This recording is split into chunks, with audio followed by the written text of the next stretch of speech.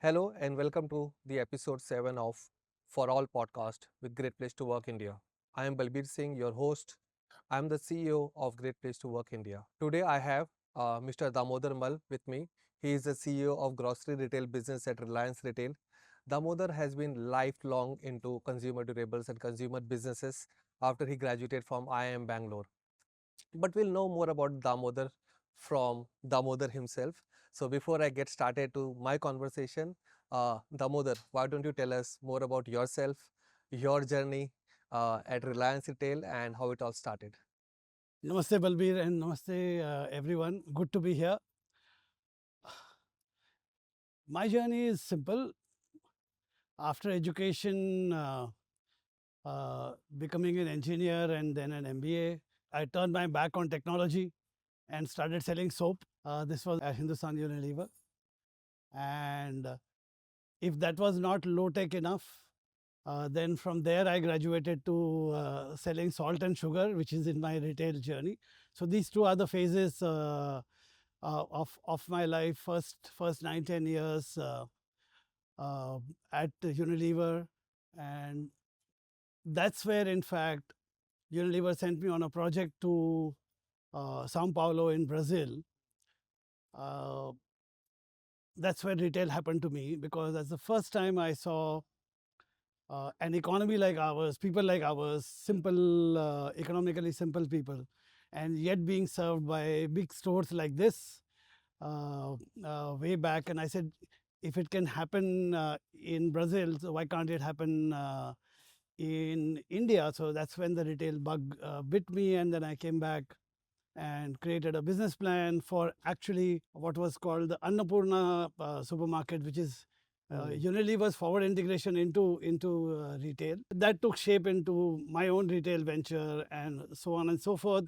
And in this phase for the last 12 years at Reliance Retail, running Smart Bazaar stores like this and serving the Indian customer in an omni-channel way, both through stores as well as through e-commerce. So that's quite interesting. And before you even traveled to Brazil, what got you interested in, joining a business like Unilever or consumer business and not focus on because when you were graduating, even IT was very big at that time. A lot of technology services were being set up in India. So what got you interested in So consumers? that got sorted early in life. Okay. Even my unusual for a BTech, but even my final year project in at IIT was in market research Okay. for a packaging product. So the fact that I wanted to be in consumer business got sorted in my mind long back, and I pursued that through my marketing specialization, and I did it well, and the marketing gold at IIM Bangalore. Hmm. And then Okay. HUL was a natural place Yeah. if you wanted to be in the consumer business. So that part was completely fine. That choice got made early in life. Okay, okay, great. Uh, India is at a very interesting place right now. The middle class is growing, expanding. The consumption behaviors are changing, and you also mentioned you are focusing on both omni-channel and in-store. So, what is your vision, or how do you see the Indian middle class changing the behaviors or changing the market landscape for retail as general? Our incomes are increasing Yeah. at all levels. Different people are starting at different step of the ladder, but incomes are increasing. And we have been a low income country, and incomes are increasing for almost everybody. What happens when your income increases? You have to express it, right? Yeah. You can't wear your bank balance on your chest as a badge. The expression of our income, everyday expression of our income, is through our consumption behavior. Yeah. Yeah. So, like we say in stores like this, अब गिन चुन के काजू बादाम खाने के दिन गए. Now, those are cultural markers of well-being. Yeah. Yeah. So consumption is a way by which we express our incomes and our happiness. कि अब तंगी कम है, खाना पीना अच्छा है. Through the choices that we make, we buy clothes more often, we eat more fruits, Yeah. and it naturally happens. So I think the biggest thing of uh, the stores running, etc., is a byproduct. The biggest thing is all of us as people want to express our rising incomes Hmm. through products and services that we consume, the kind of experiences we go for. We don't even realize it that you know uh, for your we are in Mumbai, and therefore for your Ashtavinayak darshan, Yeah. you would go in a bus earlier, and Yeah. now you start hiring an Innova and go with your family. Yeah. To me, that's an expression of today's income. You and Yeah. I will count it as, oh, tourism increasing, Yeah. Yeah. well-being increasing, and things of Yeah, that yeah, kind. yeah, yeah. I think what you're saying makes a lot of sense. For us, when I was growing up, having a candy or having a ice cream was once in a while, during the festival season. Now we Indians are finding more reasons to celebrate. So every day is a new tyohar for us, and that's exactly why, because the disposable income is increasing. Festivals are not in short supply in India in any Yeah, which way. absolutely. Yeah, and what's happening is we are learning to celebrate each other's festival. Yeah, Yeah, growing up, I didn't know what Onam was. Now I know, and I will never miss any year my Onam Sadhya, oh, and my that's entire family looks forward to it. So we are learning to celebrate our festivals. All festivals are yeah, actually an excuse to party, yeah, yeah, to visit each other. yeah, yeah, But we are learning to celebrate our neighbors' festivals. yeah. All these reasons and festivals में आप क्या करते हो? आप you're eating better, you're eating new things, you're Yeah, buying new buying. clothes, you're visiting each other, you're carrying gifts for each other. Yeah, That's what retailers like us want people to do, yeah. and our festivals ensure that. So, since you have been in this retail business for many years, what are some of the changing behaviors that you see? One is definitely, more disposable income, but what exactly is changing at a more granular levels in terms of buying patterns or the expectations of the consumer? What are some of the other changes that you see? And other thing that I wanted to correlate this with, how do you, because what I want the listeners listening to us, how can they apply some of this in their own workplace? So how do you ensure that your employees are up to speed with what's changing in the bigger ecosystem, so that you are up to speed as a business, and how do we cater to those needs of our customers? The advantage of consumer business is if your antenna is up, you are able to see how people behave around you. Hmm. Yeah, around you and around stores like this in your own family. Yeah, so uh, what I find is uh, this customer is as much emerging when it comes to food, fashion, entertainment as she is asserting. Hmm. So people are uptrading, people are buying new things, but at the same time they are modernizing quickly, but they're not westernizing in a hurry. Hmm. We move from pani puri on the street to what's popularly called Bisleri Pani Puri in the malls. Yeah. If 100 people move from Pani Puri on the street to Pani Puri, Bisleri Pani Puri in the malls, 5 people move from Pani Puri to nachos. Hmm. Yeah. So everybody is moving up, but they're not giving up on their sales of Indian street food, Yeah. the sales of Indian favorite cuisines, uh, the sensibilities in fashion. Yeah. Even when silhouettes are changing, Yeah. the patterns and colors remain vibrant, as you Yeah. can see the Yeah. Yeah. vibrant colors Yeah. surrounding us. Mm. What we consume in entertainment, we are not going uh, blind towards what the global or Western world has to offer us as for entertainment. In fact, what we watch as entertainment created here is getting modernized to our Mm. taste. So, as much an emerging market and a consumer as it is an asserting market in many fields, people are buying more jewelry and not so much more luxury branded handbags. Yeah. Yeah, handbags have to compete with global handbag brands, have to compete with jewelry here, Yeah. and jewelry wins and how. Yeah. So everything is growing, but if you know this difference that this customer will assert and will not give up her chumpy hair oil while she will also adapt conditioners and serum in her lifestyle, she will not give up her chumpy. Once you know that, then you'll be able to observe it from that lens in any category that you choose. So how do you, as a leader, make sure that each of your employee has that same lens that you are talking about? How do they observe consumer behaviors, consumer patterns? You doing it is set, but how do you ensure everybody who is at the shop floor observes, makes those observations, and is bringing innovation and new ideas to the table? Like, what are some of the practices that you follow with your team? So scan data. Hmm.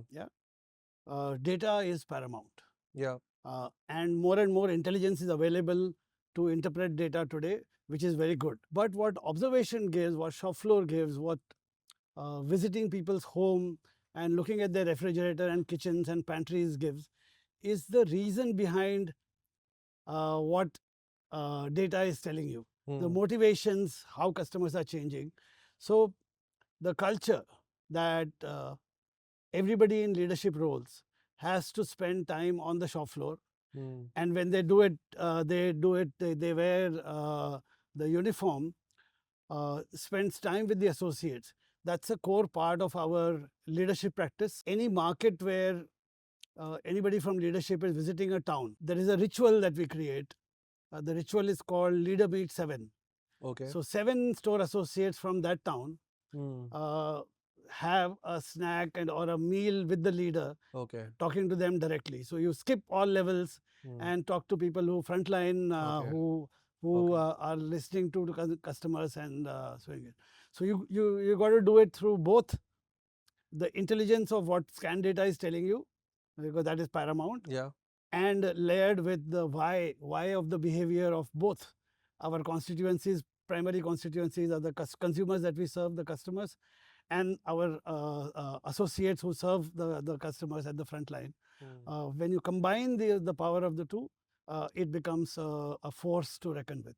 So you're saying it's a combination of data plus intuition and experiences that you get from talking to your direct store employees.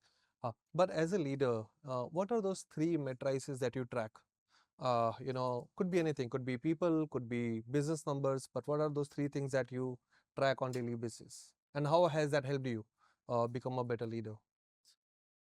So in consumer business, the good part is you get to read consumer behavior through data every day, and Yeah. data these days is all on your phone. Everything Yeah. is, yeah, all systems. So uh, and to me, if the consumer matrices are going right, Hmm. then it means your engagement on the shop floor, it means the service levels are also keeping track. Yeah. So that is done. And the second part, as I mentioned, is how store first and store teams first Hmm. is in the behavior of the core leadership team, both at the headquarters and Hmm. in our regions, are the things that I keep an eye on. Uh, and as these things become part of the culture, Yeah. the more it is culture, the less you have to supervise. Yeah. So when I started off, I would say people were logging in their store seva hours. Ah. When on their own they went to the store, spent time in the store, they were logging in and they were voluntarily logging in, and I was keeping an eye on it. Now it's not required. Okay. Everyone knows that that's the default behavior Yeah. expected. Hmm. Okay. So that's part of the culture fitment that has created by itself. That's Uh, so, Reliance Retail is part of a bigger Reliance group. So, is there one unified Reliance culture that you have, since you spoke about culture, or you have some expert best fits that you have created for your own organization? So, how do you marry the culture that you have at, Reliance Retail with the culture of the mother Reliance organization? obviously retail, and in retail, the value format that we do sits under the umbrella of the Reliance Group as a Hmm. whole. The core values through the group are what we seek in terms of consistency. Hmm. So those are things that are paramount and go across businesses, irrespective of businesses. Okay. So those values remain, they are expected. In consumer facing businesses, we draw from the communities. Hmm. We are drawing people from the communities. Yeah. Our customer is different in every region.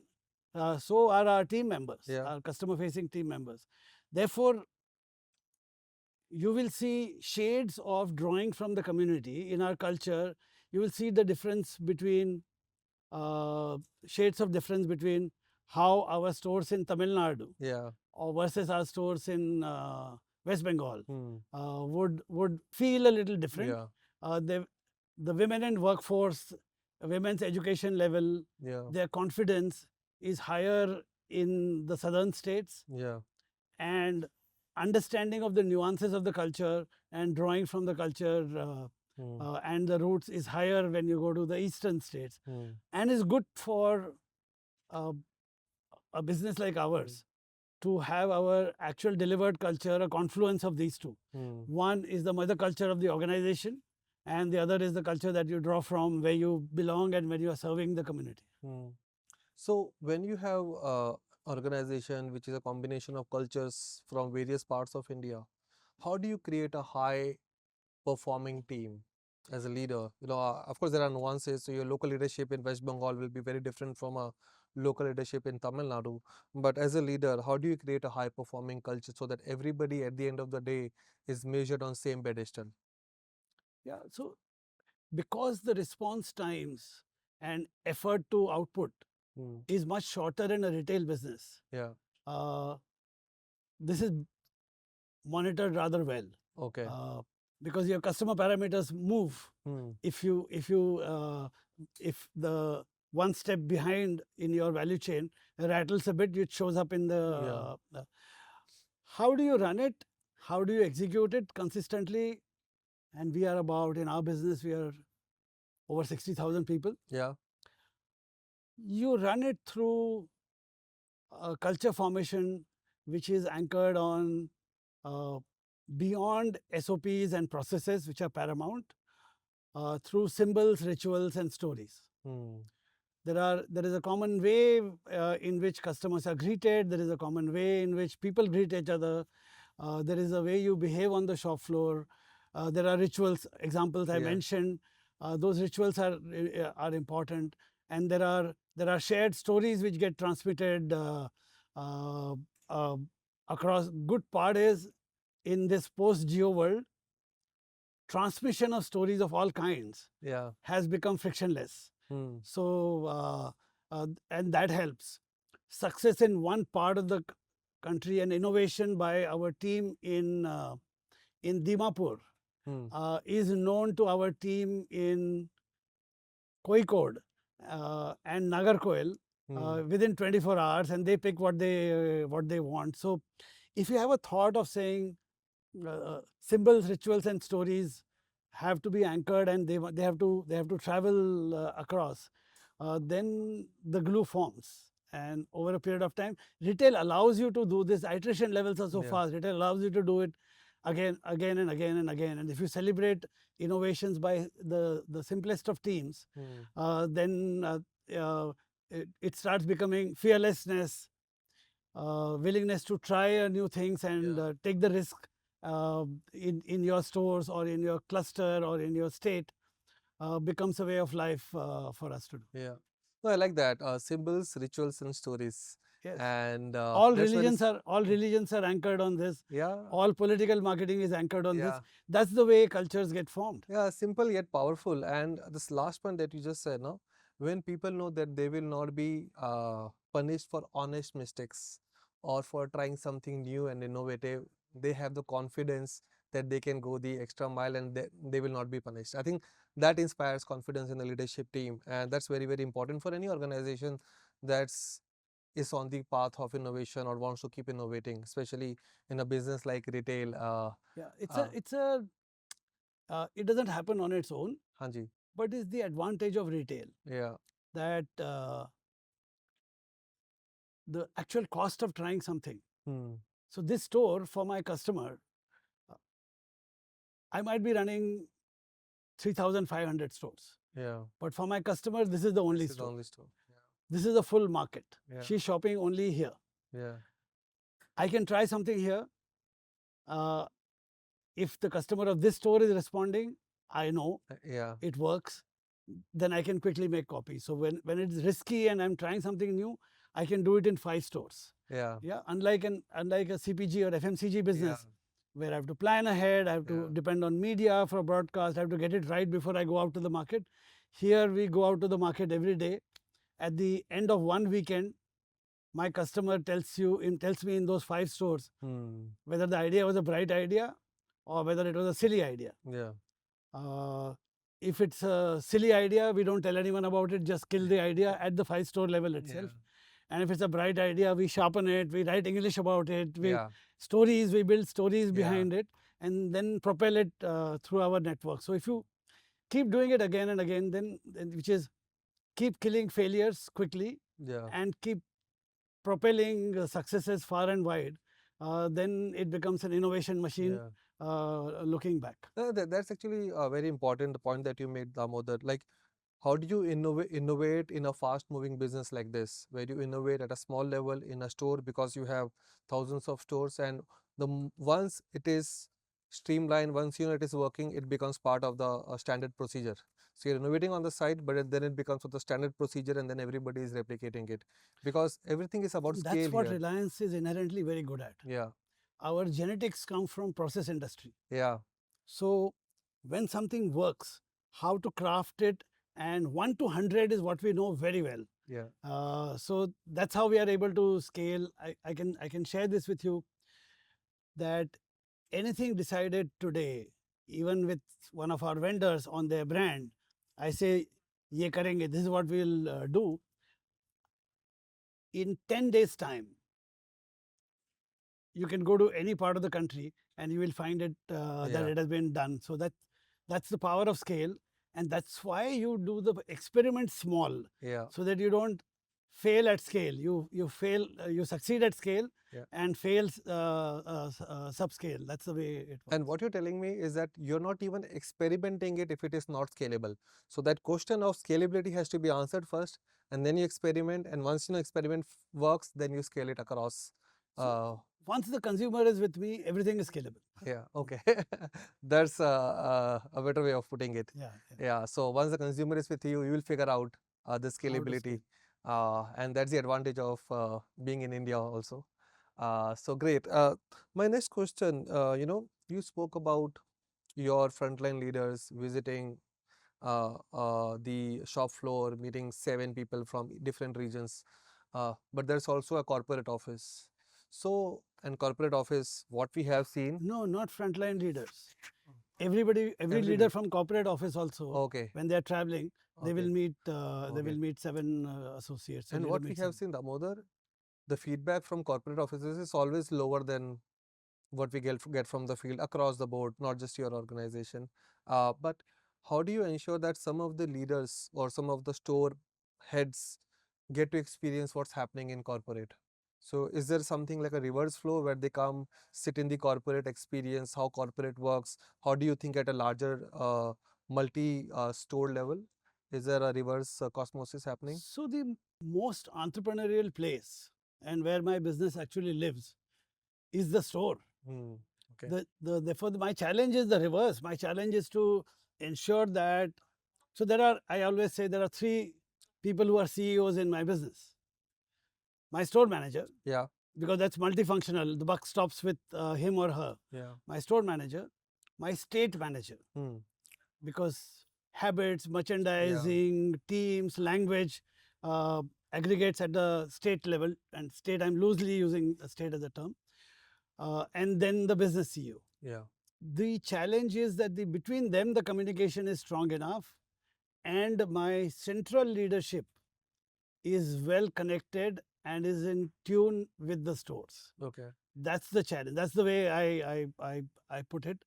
Fortunately for us, the tools have become simpler. Yeah. Video skills.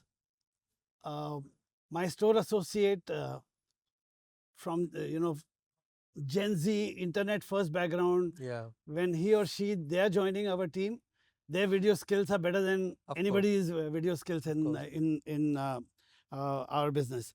And I find their ability to so I do videos and post them on social media on retail principles, whatever I understand, and I find that uh, my store executive in Ludhiana Hmm. will know about what I say on social media more than and faster than what our learning and development department is sending out as training Yeah. material, etc. Because what is consumed in today's world is by pull, is by Yeah. interest, and that has got democratized. Hmm. I think, therefore, if you got your messaging right, if you got your stories and symbols and rituals right, then the friction of sharing has gone away, which I look at it as an opportunity. People play back to me, sir, I have a question based on what you posted Yeah. on social media last week. Yeah. So, which I think to me is very effective and empowering. Yeah, you got to be where people are instead of getting them to your intranet platform. People are on Instagram, that's where you have to be, especially for a business like yours with more than 60,000 employees. Now, that's an interesting point, and I'll just take a segue into my next question is what do you think are some of the recent retail trends that you think can be game changers for the future? Of course, we are all talking about digital native, Gen Z, or how do you manage intergenerational talent, or what AI is doing, and then some of those e-commerce brands, only so what do you think are some of the biggest retail trends that can become even bigger in the future? So around our business, we are very clear that uh, digital intelligence will happen to all facets of life and all facets of business. Hmm. So that is a given. Yeah. So uh, machine intelligence and processing intelligence in various forms will be available, and that becomes part of that dovetails into becoming part of our everyday life. From the consumer side, the interesting things that are happening in retail uh, is all e-commerce is becoming quick. Yeah. Yeah, and it's a good thing because it is uniquely Indian. Yeah, Yeah. uh, it is not working in many parts of the world, No. but in India, which is digitally very literate, people at all income levels are literate. People who are consuming and ordering are also literate. People who are delivering goods are also very digitally literate. Our density of population in urban areas is high. Yeah. Uh, so this is unique to us, and everybody is curious. Everybody, like I said, as incomes increase, you want to buy new products Yeah. and things like that. So this is a unique combination, and quick commerce is the shortest distance between desire and consumption. Okay. We are all learning uh, in all parts of our business, including fashion, including digital, including value format and grocery. So that is interesting. All consumers will be omnichannel. All stores will be omnichannel. Hmm. All digital delivery people will also learn to be in stores. That's the direction I see. So that's the big move, and this is picture abhi baki hai. We have Yeah. just in the early days, but the world will be completely omnichannel. Experiences in the stores like this will also have a lot of digital component Yeah.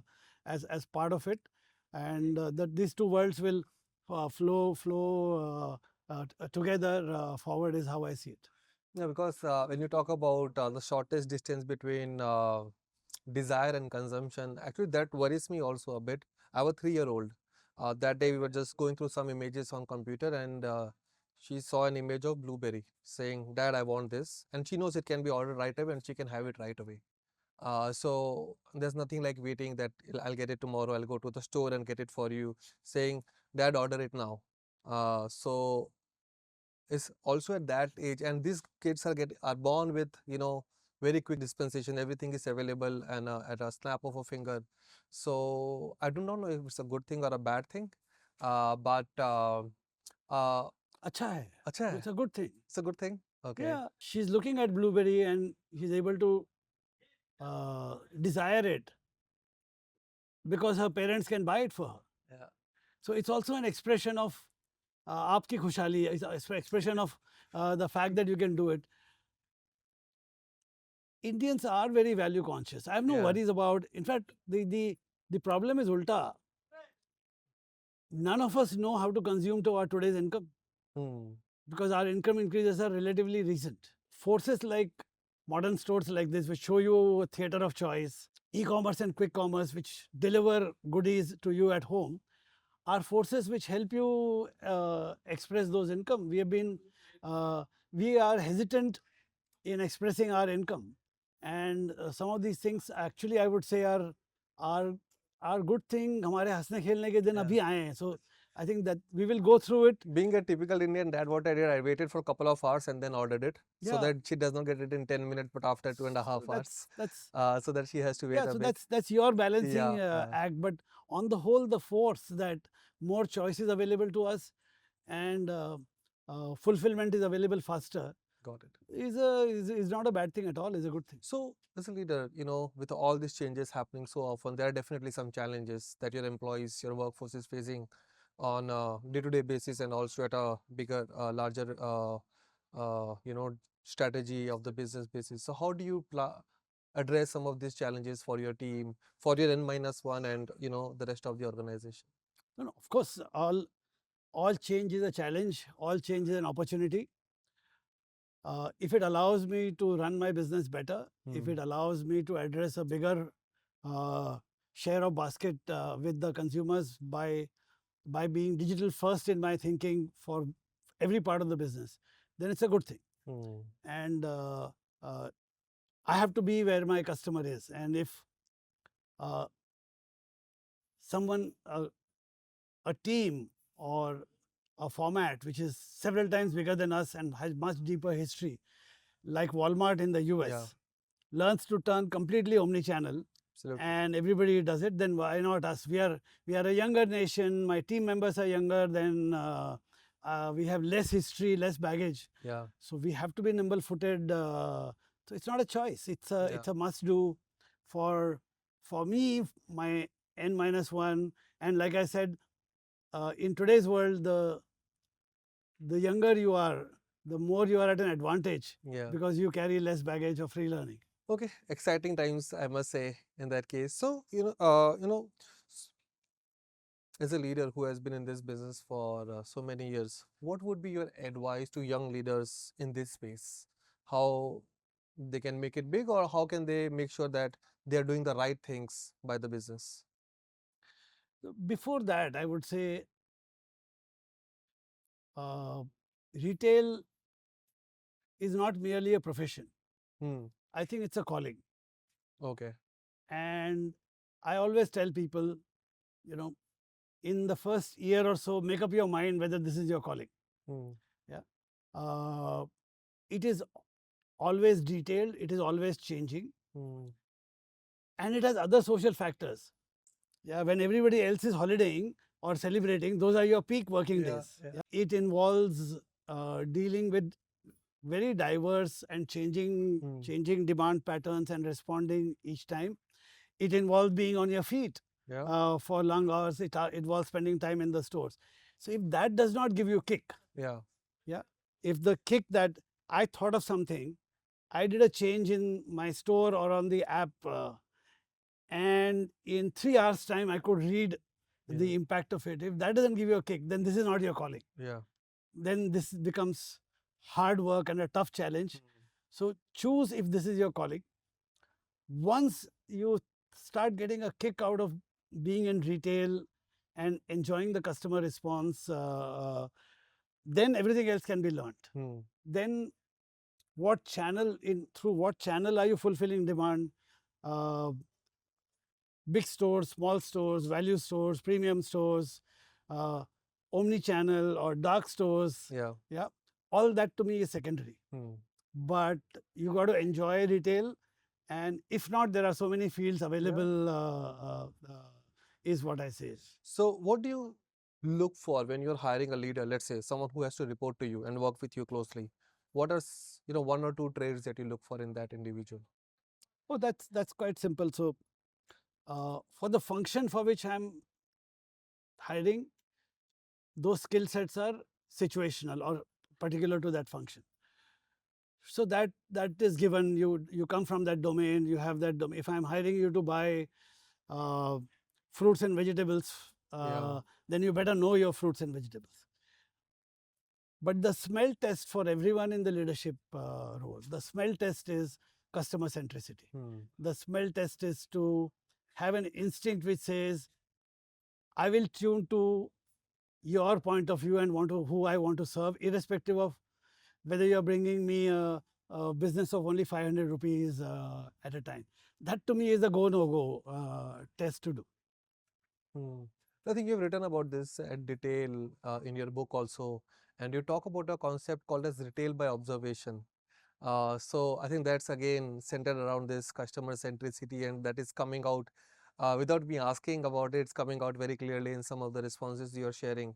Uh, my next question is, now So we I'll tell have. you a thing about observation. Sorry, taking Hanji, a please, pause. please go ahead. You know, like I mentioned, data is powerful, and data is our competitive advantage compared to many people in the industry.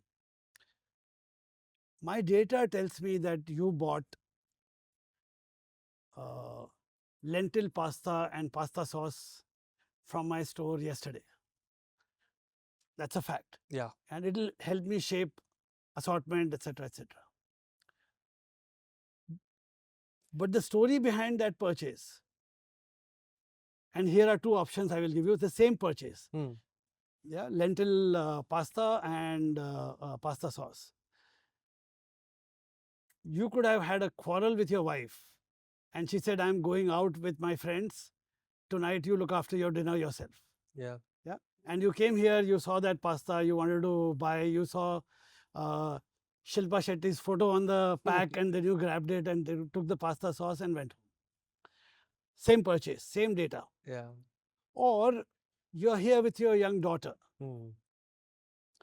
She's a teenager, you're shopping around, and she says, please don't buy wheat pasta. Hmm. Here is the no nasties, gluten free, good for you pasta that has come.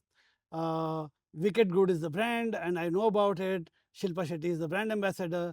And take two pasta sauces because I will make it twice with different sauces, and I will cook it for you, Dad. Come, let's buy this pasta. Same data, but the reason why you're purchasing is completely different. If I don't observe you, I will never know. So, this whole thing of observing people, why they are buying, both in the shop or their journey on the app, how they are traveling to buy this, as well as their consumption behavior in the store, is the difference between Hmm. knowledge and insight. And finally, competitive edge comes from Insight. insights. Yeah. I can very well relate to the second example because I also have a teenage daughter. I have So a there you go. 3-year-old and a teenage daughter, and I can very well see that happening to me. And you made a very good, clear reference between difference between information and insight. You can have tons and tons of information because we are capturing every data point. How do you get the right insights? So how do you look beyond the noise of data? Is there something specific that you have to learn, or does it happen with experience? How does that happen?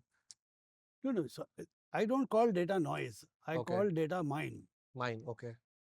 because it's full of jewels, provided you learn to ask the right question Hmm. and work with it. Uh, so insights come from you asking questions to the data. The questions have to be rooted in understanding of consumer behavior.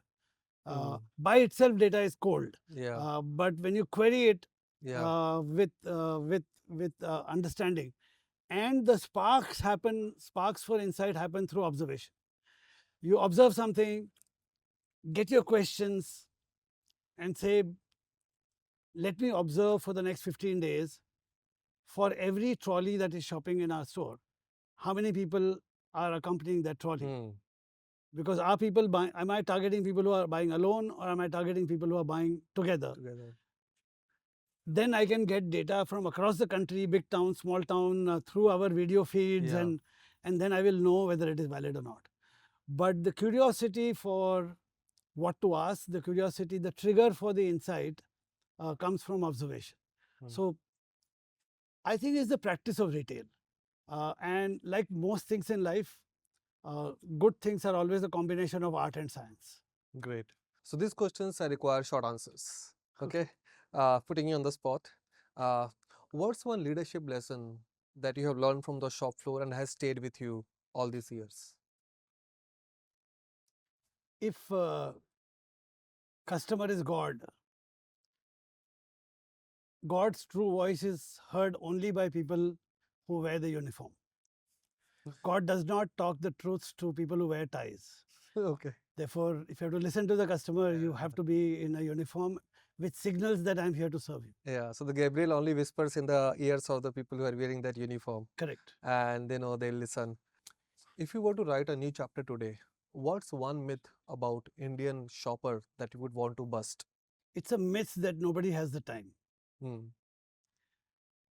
I think if you are interesting, people have all the time and people have all the interest. So Okay.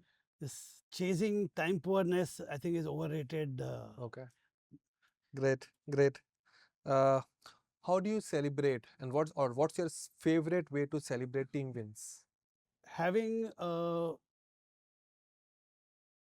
simple meal together, sit down, Hmm. meal served to us in the region where I am. Okay. So a local meal shared with the team in the sitting down manner. Okay. Great. Great. Great. Uh, one future skill that you think every retail professional should have. One future skill that every professional in every Okay. profession should have Okay. is a digital first instinct.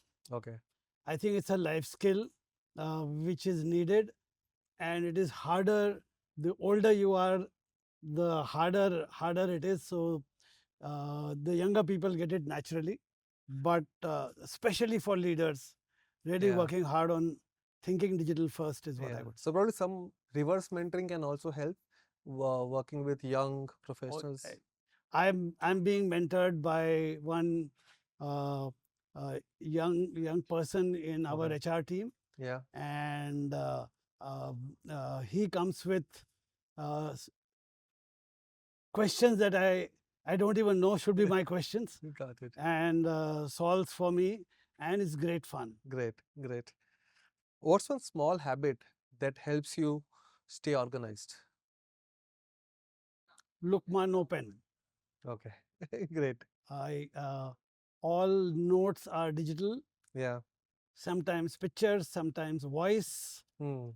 sometimes just WhatsApp to myself, but no pen, except when I'm writing chapters in my book, because then I need my expression and my thought Thought. to be at the same speed. Yeah. Maybe that's a handicap Yeah. because I have gray hair. Digital handicap. Probably some of us Because I have. have gray hair. But Yeah. otherwise, in my work, Lukman no pen. Okay. What's one KPI that you look at every day? First thing in the morning, the number of customers we served yesterday. Oh, okay. Great. Great. One word that describes Indian shoppers. Happy and curious. Happy and curious. And what's that one retail trend that you think is overhyped?